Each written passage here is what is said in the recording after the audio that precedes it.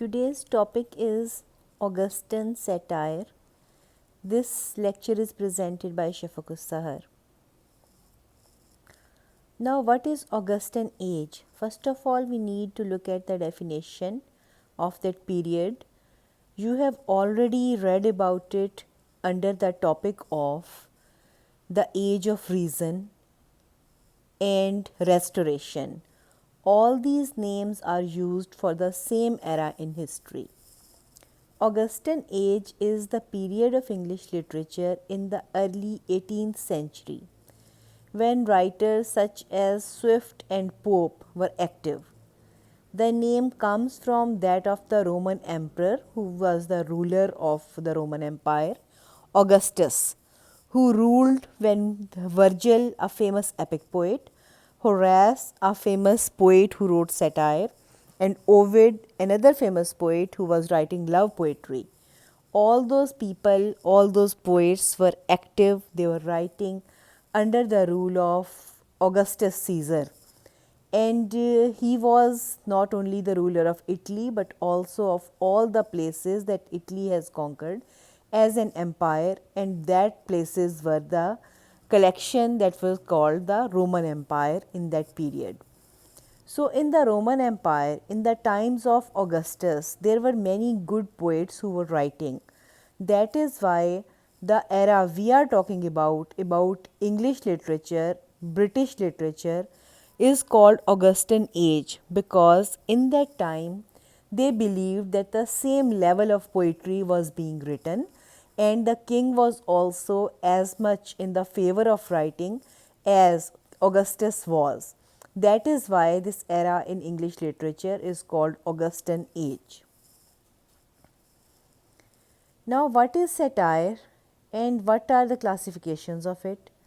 Satire is a literary work holding up human vices and follies to ridicule or scorn. That means that satire should be a written work, and it can be in poem, it can be in the form of prose. And the reason of writing a satire is that you want to criticize on the evils of human beings and society, and you make fun of them or you just put them to scorn. You show that these bad things should go away and they should not make your society as bad as it is. And there are many ways of criticizing the society and the people while you are writing a satire. Number two, it is a way of using humor to show that someone or something is foolish, weak, bad, etc. Humor that shows the weakness or bad qualities of a person, government, society, etc. So, when you make fun of something, something that seems foolish or bad or weak to you, then writing it down would make it a satire.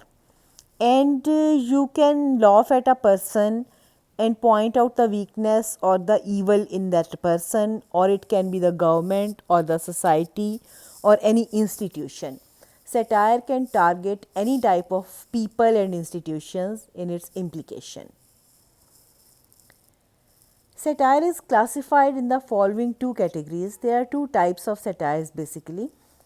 Jovinalian, it is named after a writer whose name was Jovinal, and he was an Italian writer writing in the times of Augustus Caesar, and he wrote the satire and his tone was very serious. His satire was very harsh and his tone was very bitter. It was done in a very hard way, and there was no sort of feeling of restraint in that satire. There was anger and bitterness directly shown in the work of art. The second type is Horatian. It is named after Horace, another satire writer of the same time when Augustus Caesar was ruling. And Horace wrote in a very different way. He wrote lightly and less seriously, and he was not bitter or as criticizing as Juvenal was. So, Horatian satire handles the situation with smiles, and it is a light-hearted one. So, there would be serious satire and there would be light-hearted satire. There are the two types. What are the elements of satire? What are the things that should be present when you are writing one? Number one is exaggeration. For example, if you are criticizing something that a government has done, you would exaggerate it. You would make it a bigger deal. You will try to show as if something very serious has happened, even though it is not a very serious matter, or it is just a trifling thing. So, a satire is not written normally, it exaggerates and makes up bigger of the issue that is talking about. Second thing is irony. Irony or tanz is also used with the satire. The irony is like there is a friend of yours and you try to do something good, and the friend is criticizing you, and you say to your friend that you are such a good friend. You are saying that you are such a good friend, but actually you mean the opposite. So when you say something with satire and you mean something totally opposite, it would be called irony. Sarcasm, the use of tanz, mazah, and also criticizing someone with a great sense of joke and also humor, it would be also element of satire. Understatement. Satire should not be very clear and direct. The greatest literary satire is in which you are hidden behind another motive and you do not directly attack an institution or person. The understatement makes it more subtle, it makes it a piece of art. There are two prominent writers of satire from Augustan age, Alexander Pope and Jonathan Swift. One by one we shall discuss them and their works. Alexander Pope, his life and work indicate that he was born in London in 1688. He belonged to a very strictly religious Roman Catholic family. He was very bitter about life. He thought that life is like a disease. He was inspired by Horace. He was a self-taught person. He did not get a very good university education. Pope started to write when he was only 12 years old. He writes about society, not nature. His most famous work is The Rape of the Lock. He translated Greek writings, especially Homer's books, Iliad and Odyssey. He translated them in the verse form. That was a very, very tough job to do. He died at the age of 56. One more thing about Pope, that he was not a tall person. He was short-heighted, about 4 and something.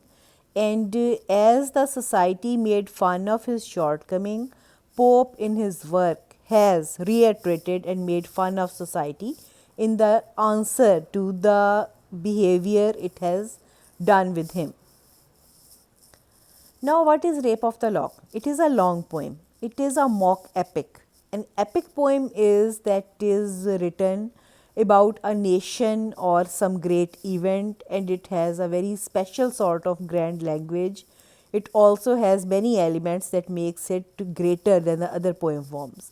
A mock epic is a poem that makes fun of an epic. Like it would deal a very trivial, very stupid matter in a very serious way, and in this way the whole situation will become very funny and ridiculous. Now what happens that Rape of the Lock is actually based on real events. There were two aristocratic Roman Catholic families and they were very great friends. At the time of Pope, they were living in London. Lord Peter from one family and Lady Arabella from the other family, they fell in love. After some time, they had a quarrel between each other and their relations were stopped. And in anger, Lord Peter cut the hair of Arabella when she was least suspecting what is going to happen. This event was discussed in society everywhere. It was a big scandal, and this relationship between the two families suddenly turned very cold and they started hating each other because of that event. One Mr. John Carroll asked Pope to write a poem about this event. Pope accepted the challenge and he wrote The Rape of the Lock, in which he shows that a lord cuts off the hair of the heroine named Belinda, and Pope uses all the weapons of the epic like it is some very great national tragedy that makes it very funny to read. Rape of the Lock is basically satire on society. So Pope in Rape of the Lock satirizes the following aspects of that society. He satirizes the relationships of young girls and boys and their stupid gestures. He makes fun of the nature of husbands and wives, that how they behave with each other. He satirizes the system of justice, the courts and the judges. He also aims at the fashionable ladies who are very fond of makeup and all those things. He even does not let the queen go, Queen Anne at that time she was ruling, and Pope also satirizes her. He satirizes the idea of friendship between people that is no longer as sincere as it has been in the previous times. For the young girls and boys, he says, now lapdogs give themselves the rousing shake, and sleepless lovers just at 12 awake. He says that the dogs are waking up, and the lovers who did not sleep at night, they wake up at 12. He wants to criticize that a young generation has no sense of time and they wake up whenever they want to. A bow and whittling perished in the throng, one died in metaphor and one in song. And these lines tell about the young generation's love for trivial and stupid love poetry, and he says that they are ready to die in the poems they are writing for their beloved, and it seems very stupid to him. Then he satirizes the husbands and wives, that husbands are always suspecting their wives, they do not trust them, and wives are not virtuous or good, they even love their dogs much more than their husbands. Not louder shrieks to pitying heaven are cast, when husbands or when lapdogs breathe their last. So Pope would say that if a dog dies, a woman is just as sad as her husband is dead. That means that they deem their husband as worthy as the dogs are, and both have the same station. He also criticizes the system of justice and the judges. He says that judges sign their documents of decision in great hurry, and they do not care if they give punishment to a person who does not deserve it. The hungry judges soon the sentence sign, and wretches hang that jurymen may dine. So judges are hungry and they sign the death sentence, and the poor people have to hang, they have to die because the judges want to go and eat. Pope looks at the fashionable ladies and their trivialities and their love for makeup and frivolous things, and he criticizes them in this way. Here files of pins extend their shining rows, puffs, powders, patches, Bibles, billets. He is telling that what is on the dressing table of a fine lady. He says there are so many pins like the army men are standing in the rows. And he says that there are different type of puffs and makeup articles and powders and artificial patches to put on face. And then they put some religious books there as well, and the love letters too. These are the things the ladies are involved in. He satirizes Queen Anne in this way. Hear thou a great Anna, whom three realms obey, dost sometimes counsel take and sometimes tea. He says that this is the place where great Queen Anne, who is the queen of the three countries, by three countries he means Ireland, Scotland and England. He says that she sits here and she comes here sometimes for a meeting and sometimes just to take tea. He criticizes her that she has the same thinking about taking tea or taking counsel. She does not give it one serious thought. He also laughs at the friendship. He shows that when Belinda has had her hair cut by the Lord, and after that all the society is avoiding her, her friends also let her go and they do not support her after that event. After Pope, the second most important person is Jonathan Swift. He was the one of the greatest of English satire writers. His satire is more bitter than that of Pope, and we can say this is a jovial type of satire. And he actually aims at the social order in general and also the policy of the English bourgeois toward the Irish in particular. That means that England was not very forgiving for the Irish people who had just joined them, and this thing was not liked by Jonathan Swift, and he criticized both these things in his book in a very hidden and a very subtle way. His book Gulliver's Travels is very famous. He satirizes the society. He shows as if a person goes on imaginary travels. At that time, travelogues were very famous and people liked to read about the travels to exotic lands.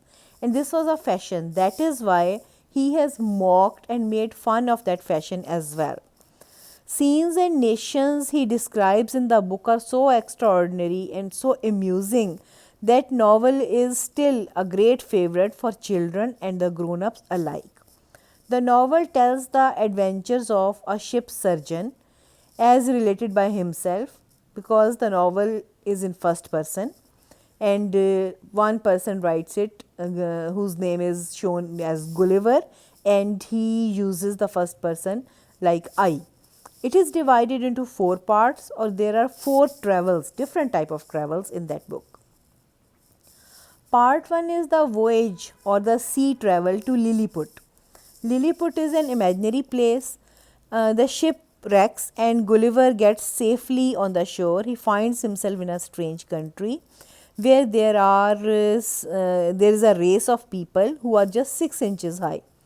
They are very small, and actually Swift is satirizing the society that all of us are Lilliputians. We are very small compared to nature and the power of nature, but we still are so full of ourselves that we think that we are running the earth.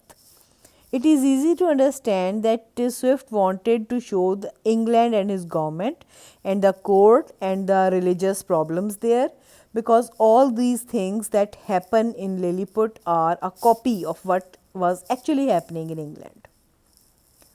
Part 2 is the voyage to Brobdingnag. After a terrible storm, the ship brings him to this country of this name. This is a land of giants where very big people live. Gulliver is captured by them. They are good natured, they treat him kindly. Actually, this place is like a wish of Jonathan Swift, that he would like a place to be as good, as great, and people as nice as Brobdingnag is. And also he shows very ideal kings and queens there. By that we also think that he is expressing a wish that England should be a country like Brobdingnag. Part 3 is a voyage to Laputa, and there are also many other countries. This is a very not a very popular portion of the novel. There is a flying island on which Swift goes, shows the character of Gulliver going and meeting different type of people. And here he shows that there is an academy of science, and he makes fun of the scientists because they shut themselves in their rooms, they isolate themselves from the world, and they think that whatever is happening in their laboratory is the real life. So he satirizes the concept of the science and scientists in this part. Part 4 is the voyage to the country of Hyhaniums. The Hyhaniums are horses, and there are human beings who are living as the underling of the horses there, who are called Yahoos. It is an upside down society. Horses are the rulers and humans are the animals there. So the horses are using humans as animals. This part is most bitter and most satirical, because Yahoos are shown to be very ugly, and they are not at all like human beings. They are like big monkeys. Everything that they say or do is so terrible that it shows that Jonathan Swift has a certain contempt for human beings, and he thinks that human beings are Yahoos, and the animals are better than them, and animals should be ruling human beings. This is the extent of satire that has not been actually reached by any other satirist ever, and no one has ever come to this point of sort of hatred for humanity. Thanks for watching.